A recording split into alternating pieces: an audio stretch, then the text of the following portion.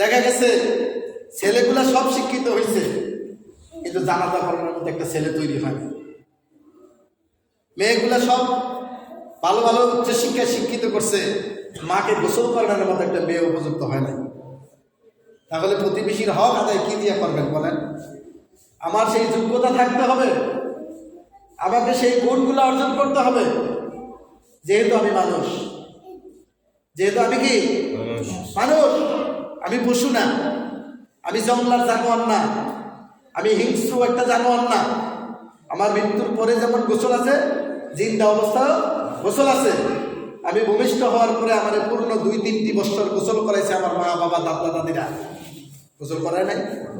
কিন্তু দাদার ইন্তেকালের পরে দাদারে গোসল করার লেগে লোক পাওয়া যায়। এটা হয়তো আপনার এনে চিত্র আলাদা না, আমাদের এনে হলে এরকমই সব জায়গায়।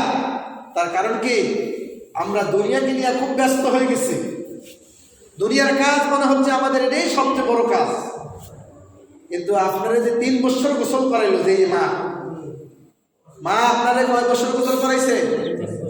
এই কথা বল না। একটা শিশু বাচ্চা 2 বছর পর্যন্ত তার নিজের কোনো বুঝ বোঝে না। হাতে আগুন লাগলো সে টের পায় না, যখন আগুনের তাপ মাথায় দিয়ে আঘাত করে তখন সে বুঝতে পারে, তখন হাত নাড়াচাড়া করে।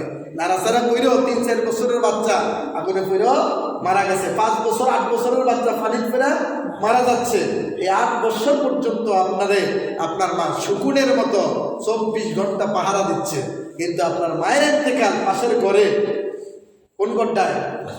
যেই ঘরের মধ্যে আর এখন বসবাস করার মতো উপযুক্ত জায়গা না, পরিত্যক্ত ঘরে আপনার মা, পরিত্যক্ত ঘরে আমার দাদা দাদি, নাতিরা ভালো বড় বিল্ডিং এর মধ্যে অবস্থান করতেছে, ফ্ল্যাট বাসা নিয়ে, এসি রুম।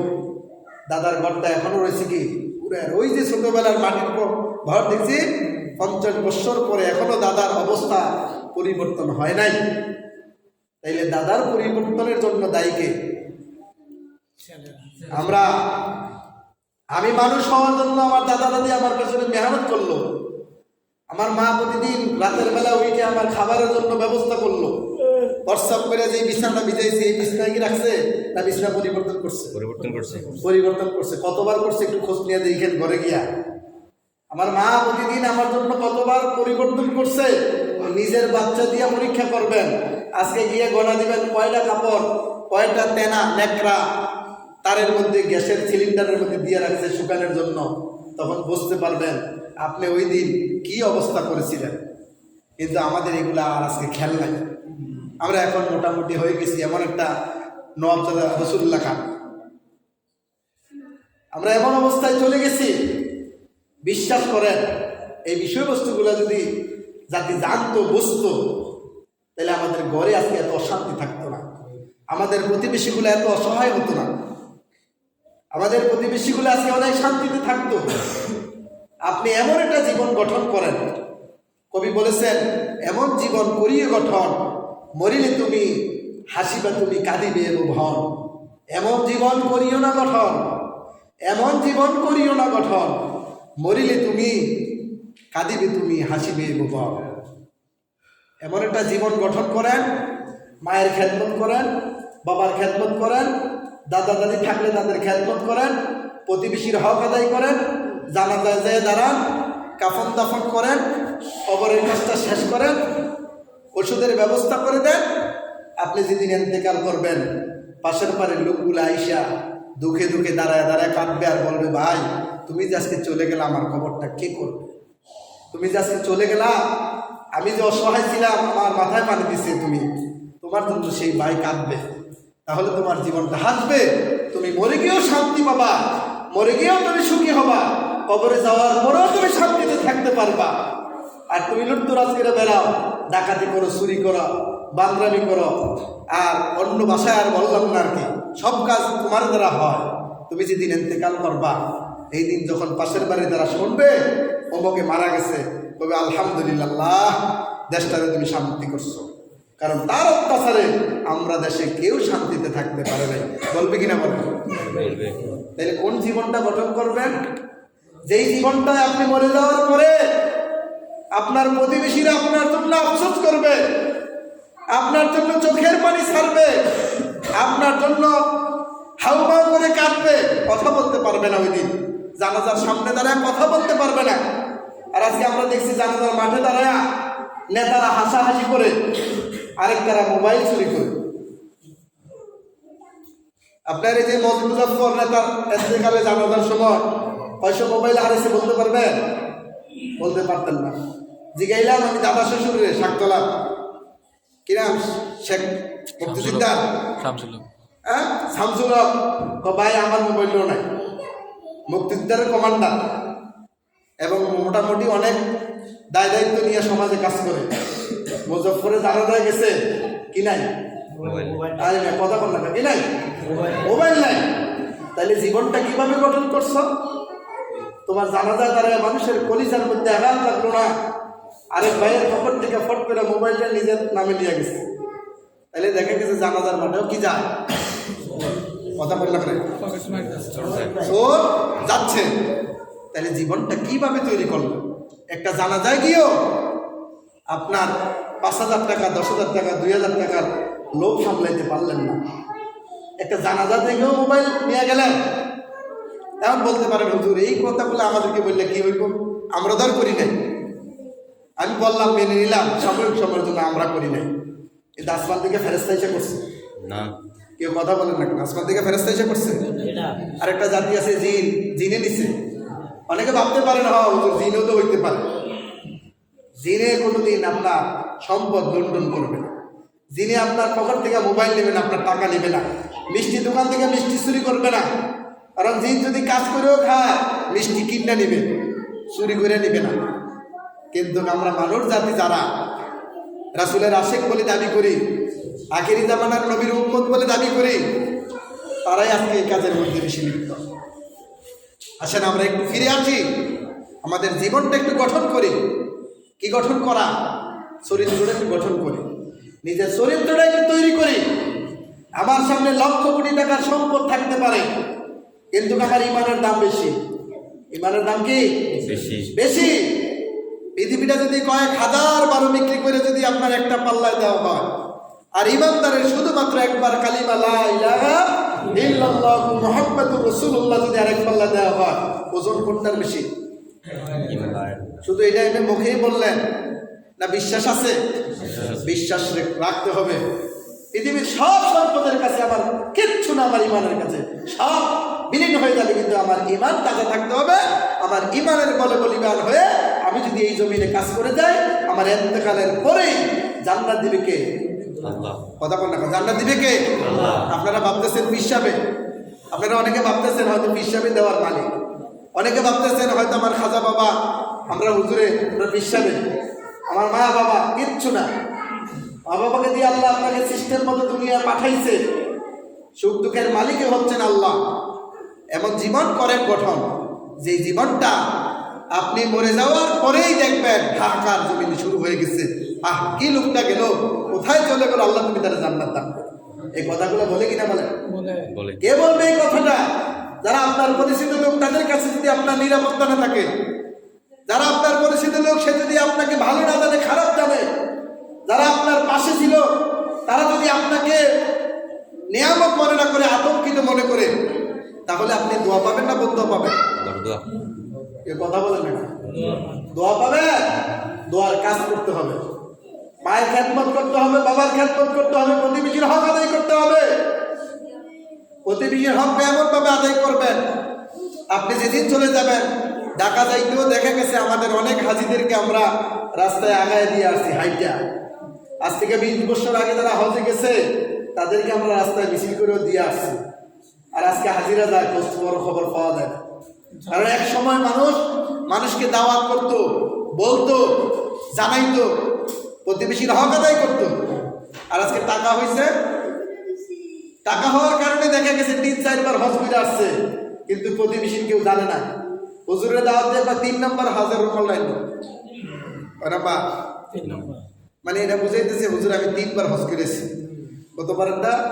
এই বছরটা আর আগের বারটা। তো 3 বছর হজ করলে আপনি কি হবে বলেন? আপনার হজ ছিল জীবনে কয়বার? কথা বল না, জীবনে হজ ছিল কয়বার? একবার। প্রতিবেশীর খোঁজখবর লওয়ার দরকার ছিল প্রতিদিন, মায়ের খোঁজখবর লওয়ার দরকার ছিল সেকেন্ডে সেকেন্ডে। আপনার মা যতদিন দুধ খাইছেন এতদিন কি সেকেন্ডে সেকেন্ডে খবর নিছে না সপ্তাহে একবার নিছে? সেকেন্ডে সেকেন্ডে খবর নিছে। এভাবে হাতটা দিয়া কতক্ষণ পরে হাতে ঝিমঝি ধরছে, এই হাত আমার আলকে দিয়ে আপনার উপর দিয়া দুধ আপনার মুখে দিয়া মা সারা রাত আপনার জন্য পাহারা দিচ্ছে। কোন সময় খেতাটা পরে আপনার মুখে পড়ে, ল্যাবের কম্বল সাইড করে আপনার মুখে শ্বাস বন্ধ হয়ে যায়, এই চেষ্টা করে মা আপনাকে আঁকড়ায় রাখছে। কিন্তু দেখা গেছে আমরা সপ্তাহে একবার খোঁজ লই, মাসে একবার খোঁজ লই। কেউ তো মনে করতেছে যে হুজুর রোজার ঈদে এক কাপড়, কুরবানিতে আরেক কাপড় দিয়ে দাও, দোয়া করি। মারা এবার কুরবানিতে এক কাপড় দিছে, কিন্তু কথা কন না, এক কাপড় রোজার ঈদে দিছে, আরেক কাপড় কুরবানি দিছে। হুজুরের ওয়াজ না করতেছে, একটু দোয়া করেন, মার খেদমত করি কেমনে। কত কুরবানিতে এক কাপড় দিছি, এবার রোজার ঈদে আরেক কাপড় দেব। দুই কাপড়ে কি জীবন যাইব? কথা কন না করে। মায়ের কাপড়টা ধোয়া দেওয়ার দরকার ছিল না আপনার? আপনি কেউ ঘরের বউর উপরে শাসান, এই বেটি তোরা আল্লাহ ঘরে আমার মায়ের কাপড়টা দিয়ে দিস। পরিবার আপনার মায়ের কাপড় ধোয়া ফরজ না, আপনার উপরে ফরজ। আপনার উপরে আপনার মায়ের কাপড় ধোয়া কি ফরজ? আপনার ফরজ আদায় করতে চাই, আপনি এমন একটা পরিবার নির্ণয় করবেন, এমন একটা পরিবার নির্বাচন করবেন, যে পরিবার আপনি না থাকলেও আপনার অভাবটা পূরণ করে দেন।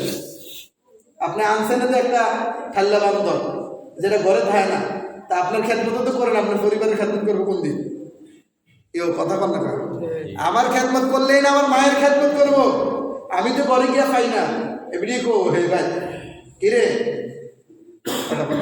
ফাড়া বেড়াইতে গেছে, ফাড়া বেড়াইতে চেহারা দেখতে গেছে মানুষের।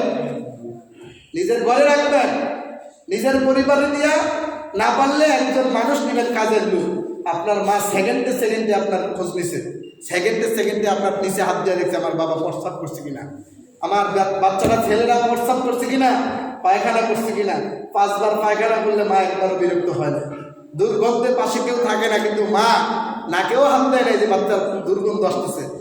মা কত আনন্দের সাথে আপনার পায়খানা পরিষ্কার করতেছে। কিন্তু মা এই শীতের মধ্যে অনেকের আছে, মা এখনো দুর্গন্ধযুক্ত কাপড়ের সাথে মিশে আছে। সন্তান খুঁজল, হুজুর দোয়া করেন, মারে কত কুরবানিতে কাপড় দিছি, এইবার রোজারিতে নিয়ত করছি কাপড় দেবো। 2 কাপড়ে জীবন গেছে তোমার? কেউ 2 কাপড়ে জীবন গেছে? তাহলে মার খোঁজ খবর নিবেন, প্রতিবেশীর খোঁজ খবর নিবেন, মায়ের হক আদায় করবেন, প্রতিবেশীর হক আদায় করবেন, পাশে যারা আছে তাদের হক আদায় করবেন। নিজে ভালো খাইলেন আর সুঠাম দেহটা তৈরি করলেন, এটা জান্নাতে যাওয়ার উপযুক্ত শরীর না, এটা জাহান্নামে যাওয়ার মতো উপযুক্ত। জান্নাতে যাওয়ার মতো উপযুক্ত হতে হলে প্রতিবেশীর হক কি করতে হবে? কথা বলেন। এখন বলতে পারেন হুজুর এগুলা বলেন, এগুলা যদি করেন সমাজ দেখবেন অটোমেটিক জান্নাতে পরিণত হয়ে যাবে। ওমর রাদিয়াল্লাহু তাআলা আনহুর খেলাফতকাল ছিল 10 বছর 6 মাস 4 দিন 6 দিন 8 দিন মতান্তরে 10 বছর 6 মাস। কত? কথা বল না, কত? অর্থ জাহানের খলিফা ছিলেন। এই 10 বছর 6 মাস 4 দিনের ভিতরে যত লোক ইন্তেকাল করেছে মুসলমানের বাচ্চা, সবাইকে আল্লাহ পাক জান্নাত দান করে দিয়েছেন। ছিল কি? সততা। কি ছিল? কথা বল না, কি ছিল? সততা। আর আমরা তো যেই দেশে আছি, একটা লোক বসবে না ম্যাপের মধ্যে, আপনি দেখেন লোকটাও বসে না বাংলার ম্যাপে, লোক রাখাও জায়গা নাই। অর্ধ পৃথিবীর খলিফা ছিলেন হযরত ওমর রাদিয়াল্লাহু তাআলা। কেমনে শাসন করছেন বলেন? কেমন বাদশা ছিলেন? আর প্রজারা কি ছিলেন? সবাই তার সততার উপর দিয়ে আল্লাহর জান্নাতে চলে গেছে। আর আমাদের বাড়ি আছে, গাড়ি আছে, সব আছে, একটা জিনিস নেই, সেটা হচ্ছে চরিত্র, সেটা হচ্ছে আমাদের সততা, সেটা হচ্ছে আমাদের আদর্শ। কর্মচারী মালিকের কাছ থেকে কাজ পায় না, মালিকও সঠিকভাবে কর্মচারীর পাওনা পরিশোধ করে না।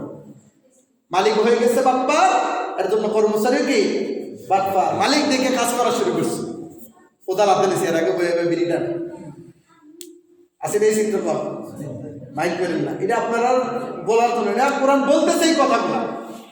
আপনি ওয়াজ করেন আর আওয়াজ দেন, যাই করেন, আপনি যদি মালিককে ঠকান আপনি ঠকে যাবেন। আপনাকে ঘরের কাজে নিছে, জমির কাজ করতে নিছে, আপনি জমির কাজ করেন। আপনার যতক্ষণ কাজের দরকার এতক্ষণ কাজ করেন, সময় মতো আপনার হাতে মাইনা দিয়ে দিবে আপনার মালিক। কিন্তু আমরা চিন্তা করি মালিক যেহেতু বাড়িতে নাই, আবার ফোন দিয়ে কইছে মালিক তো আমেরিকা লন্ডন থাকে, জমি জামা রাইব তো বিপদে হয়ে গেছেন, কি করবো কোন রকম 5 শতক জমি নিয়ে এদিকে 4 বদলি শেষ, এখন আর 2 বদলি লাগবে, গ্যারান্টি নাই। এই যে আমাদের অবস্থাটা, আমরা আমাদের সর্বমূল সর্ব অবস্থায় সর্বশ্রেণী লোকের সততাতে আসতে হবে। শ্রমিক যদি সততা আসে, মালিক চিন্তা করবো যেই কাজ করছে আমি 3 জন লাগবো আমার মতো লোক কাজ করলে, তাহলে তার টাকা আমি সকালে আর বলা দেব না, রাতে সন্ধ্যার আগে তার হাতে পরিশোধ করতে হবে। তাহলে দেখবেন দেশের মধ্যে শান্তি। আর এই মালিক মারা গেলে দেখবেন কর্মচারী দাঁড়ায় দাঁড়ায় চোখের পানি ফালাইতেছে, বলবে এটা আমার বাবার মতো আমার কাজ করতো। আপনি বাবা মূল্য ভাবে কাটবে না যদি তার মালিক মরে যায়, কারণ মালিক ছিল কি কথা বল না, মালিক ছিল কি সব। আর অসৎ লোক হয়ে যদি ইন্তেকাল করেন, আপনার প্রতিবেশী না আপনার ঘরের লোকগুলো যদি শান্তিতে থাকতে পারি নাই, আজকের থেকে যদি আল্লাহ আমার কিন্তু শান্তি দেয়, এর জন্য আমাদের সৎ হতে হবে। আমি ওয়াজ এসছি ভালো আর ওয়াজ বুঝি না, এর জন্য আমি বললাম আমাদের সবাইকে সৎ হতে হবে, আমাদের সবাইকে আদর্শবান হতে হবে, যার যার জায়গা থেকে তার দায়িত্ব পালন করার সর্বোত্তম চেষ্টা করতে হবে। আল্লাহ আমাদের আজকের যে আলোচ্য বিষয়বস্তুটার উপরে কথা বললাম, কষ্ট হয়েছে অনেকে, একটু চেষ্টা করবো তো আমরা সবাই, চেষ্টাটা এমন করবেন যে এন্তেকালের পরে যাতে আর মাইকিং করে না লাগে, এন্তেকালের পরে যেন মানুষ আপনাকে নিয়ে আফসোস করে, আর কি হইল, কি লোকটা গেল, এই লোক আমার খোঁজ খবর দিচ্ছে, এই লোক আমি অসুস্থ ছিলাম আমার মাথায় এসে পানি দিচ্ছে, আমার ঘুম থেকে উঠাইয়া কাপড় সাপড় দিয়ে হসপিটালে দিয়ে আসছে, এই লোক আমাকে হসপিটাল থেকে বিদায় করে আনার সময় হসপিটালে তারা ডাকাতি করছিল, 5,000 টাকা চাইছে, এই লোকই আমার 2,000 টাকা কমায় 3,000 টাকা দিয়ে আমার বাড়িতে আনছে। কিন্তু আমরা তারা কি ফোন দিয়া ডাক্তারের কাছে পাঠাইছে, কমিশন নামাটা রেখে দিয়ে ফাইল করেন না, যান আপনি একটা ডাক্তারের কাছে বললে চিকিৎসার কাছে, এখন আমি একটা ডাক্তারের কাছে পাঠাইছি, ফোন দেওয়ার পরে কয় রোগীটা আমার, রোগীটা কার, কথা কর না, রোগীটা আমার। তার মানে কি জানেন, যত পরীক্ষা হবে অর্ধেক কমিশনারে দিতে হবে।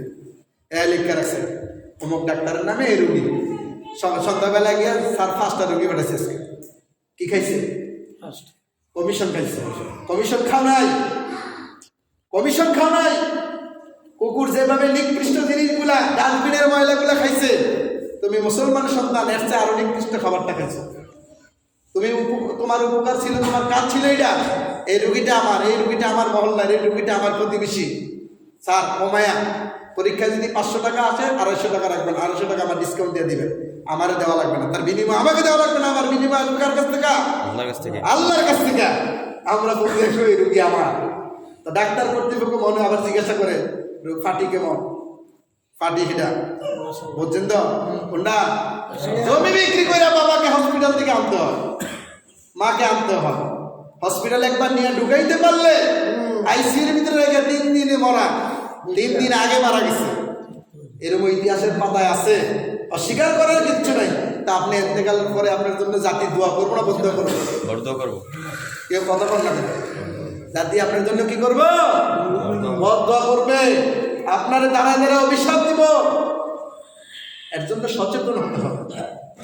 ডাক্তারের কাছে গেলেই ডাক্তার যেভাবে মনে হচ্ছে এইভাবে না, আপনি কষাইয়ের কাছে যান, জবাই করছে ছাগি, বিসি 2টা ঝুলে রেখে করতেছে খাসি, জবাই করছে কি, আর কথা বল না কেন, বিয়ে শাদীর অনুষ্ঠানে গিয়ে দেখবেন যে আমার 5 কেজি খাসির বস্তু দেন, হুজুর আপনার লেগে কম, এত কমে আর কেউ উড়ে দেয় না, এ দেখেন না এই যে বিসিডি রাখছি খাসি, আসলে কি কথা বল না কেন, ছাগির বস্তু দিয়ে আপনার খাসি বানাই দিছে, এতেকালের পরে কষায় আপনি দোয়া করবেন না বদ্ধ করবেন,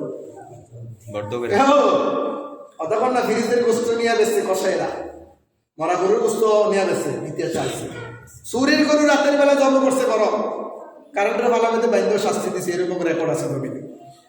এই ওয়াজ করতে গেলে শেষ হইব না, আর আপনারাও ধৈর্য গুলাইতে না, হুজুরে তাড়াতাড়ি করে নামারটা মনে রাখেন, পরশু যা, কারণ সর্বঙ্গে আমাদের ব্যথা, আমাদের পুরো শরীর যাত্রা হয়ে গেছে, রোগাক্রান্ত হয়ে রয়েছি, যেদিক থেকে তোর এদিক দিকে তো কর করি মন করে দে, হ্যাঁ ধরে না, হ্যাঁ দিয়ে ব্যথা, হ্যাঁ দিয়ে সমস্যা, হ্যাঁ দিয়ে চুলকানি, হ্যাঁ দিয়ে অ্যালার্জি, হ্যাঁ দিয়ে খালদানি, সর্বদিক থেকে আমাদের এই সমস্যা। এই সমস্যা যতদিন শেষ না হয়, রাষ্ট্রে শান্তি তো দূরের কথা, নিজের জীবনেও শান্তি পাবেন না, মরার পরেও শান্তি পাবেন না।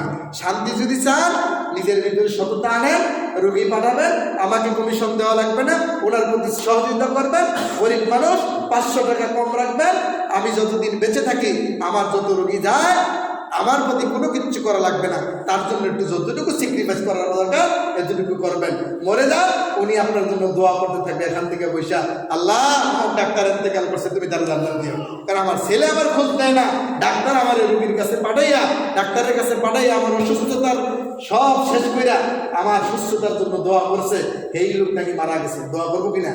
করবে। জীবনটা এমন ভাবে গঠন করেন, এই জীবনটাই গঠন করেন যেটা মরে যাওয়ার পরে আল্লাহ বলতেছেন তারা মরে নাই, তারা জীবিত, তোমরা তা উপলব্ধি করতে পারো না। আমরা তো কানা, দিন কানা, আমরা এখন কি কানা? দিন কানা, ভালো জিনিসটা দেখি না। আল্লাহ বলতেছেন তারা মৃত্যুবরণ করে, বরং তারা জীবিত, তোমরা তা অনুভব করতে পারো না। অনুভবটা আসতে হবে। আল্লাহ বলতেছেন তারা জীবিত, তারা যারা নেক আমল করছে, ভালো কাজ করছে। আল্লাহ আমাদের ভালো কাজ করার মতো তৌফিক দান করে, সকলে বলি আমিন। আমাদের আব্বা আম্মা যারা কবরে চলে গেছে তাদেরকে আল্লাহ মাফ করে দিন, সকলে বলি আমিন। আখিরি দাওয়ানা আলহামদুলিল্লাহ, ওয়া মা আলাইনা ইল্লাল বালাগ।